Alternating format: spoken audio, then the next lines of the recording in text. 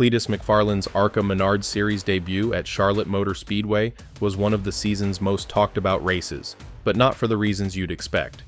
So, why has this debut been the talk of the racing world? So, what should we expect from this thrilling ride? Let's find out in today's breakdown. Garrett Mitchell's popularity extended beyond YouTube. Cleetus, who has over 4 million members and millions of views, is well known for organizing huge automotive events, building race vehicles, and even owning his own track. Despite all of this, his debut in professional stock car racing caused both excitement and controversy. Cleetus felt a lot of pressure before the Charlotte race. Although he had competed in previous ARCA races, this was his first time on a 1.5-mile intermediate track. Previously, he raced on major superspeedways like Daytona and Talladega, which are more about drafting high-speed groupings. Charlotte is a separate monster. It's a track where tire wear, vehicle setup, and restarts are vital to success, or failure. This was a huge step forward for a YouTuber who had transitioned to driving. Despite being new to ARCA racing, McFarland came prepared. In practice, he had the 11th fastest time among a strong field.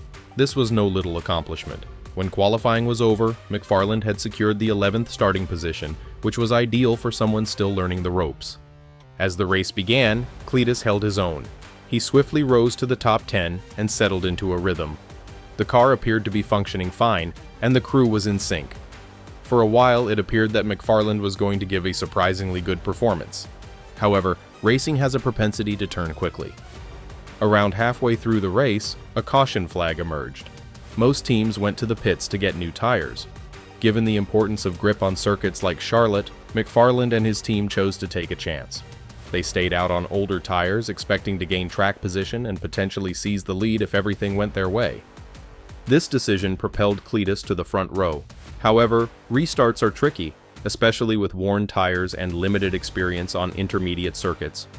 When the green flag appeared, McFarland spun his wheels. This small loss of traction triggered a chain reaction. He lost momentum, causing the cars behind him to respond quickly. William Sawalich clipped the rear of McFarland's automobile in an attempt to avoid a collision. Cleetus spun into Isabella Robusto's automobile, which collided with the wall. What followed was a massive pileup of approximately 10 cars. The wreck was unexpected and spectacular. Multiple drivers, both novice and experienced, had their races destroyed in seconds. What could have been McFarland's breakout moment turned disastrous. Social media lit up instantly. Fans questioned if McFarland had the proper talent for this level of racing. Some dubbed it a novice blunder, while others argued that influencers like Cleetus should not race professionally at all. Many attacked his team's decision to keep running on old tires. It was a gamble that did not pay off. So, was McFarland unprepared for this race? Or was this proof that popularity does not trump preparation? However, this is when the plot takes a turn.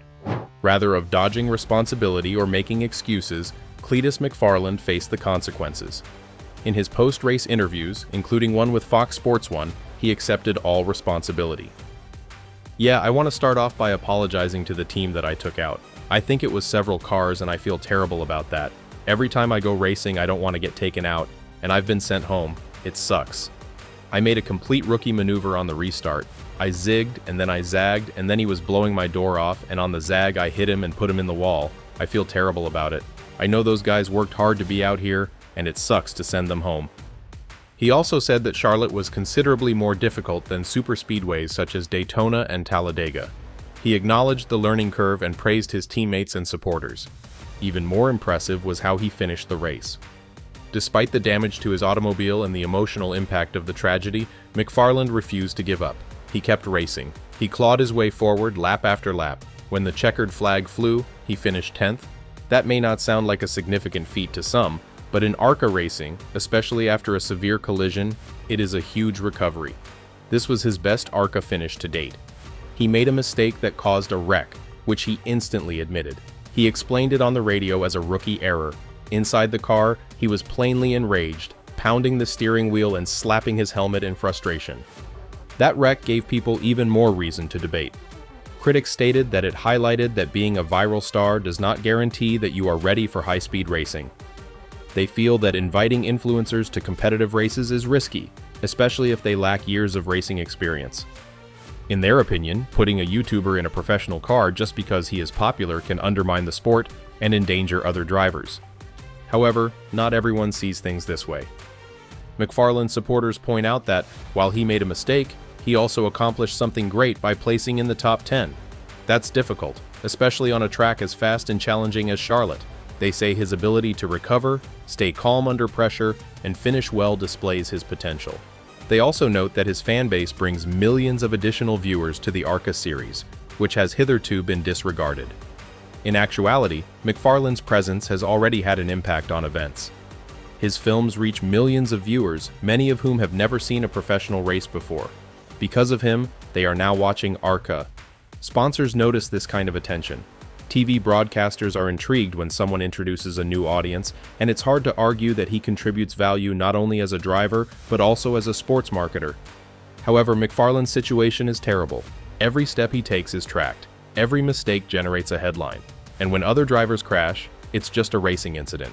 However, when McFarland crashes, it ignites an internet uproar.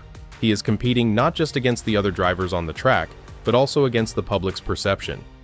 That strain can be severe, especially if you are still learning, and McFarland is learning. He realizes he has a lot of space for development. He professes an open desire to develop, including attending more test sessions, studying racecraft, and learning about racing culture. These things do not occur overnight. Most professional drivers start racing go-karts when they are 5 or 6 years old. McFarland is doing this much later, and in public, making the challenge even more difficult. But he's not giving up. Despite the accident, he did not hide or flee. He kept racing. He continued to work with his team. He confronted his detractors and pushed forward. That demonstrates mental strength.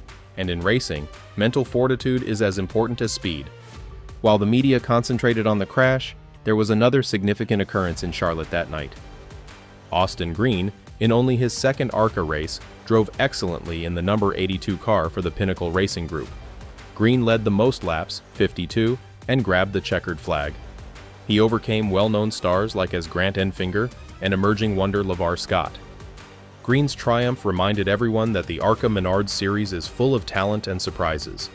Green's performance elevated the mood of the evening, showcasing how competitive this series truly is. In the end, Cleetus McFarland's night at Charlotte was more than just a race. It was a spotlight moment that emphasized the tension between old-school racing tradition and the modern era of viral fame. Was there a mess? Absolutely. However, it was also direct, honest, and memorable. He made a mistake. He owned it. And then, against all odds, he finished in the top 10. That is what makes this narrative remarkable. Not perfection, but resilience. Racing purists may still question if influencers belong in the garage, but doesn't it count if someone is willing to work hard, accept criticism, and show up for the grind? As McFarland begins his journey through ARCA, one thing is clear. He is not here solely to film material. He came here to race. And the next time you read his name on an entry list, don't just roll your eyes, but pay attention. Because love him or hate him, Cleetus offers the one thing that racing always requires: spectators. And this is how sports evolve. The only question now is, what will happen the next time the green flag falls?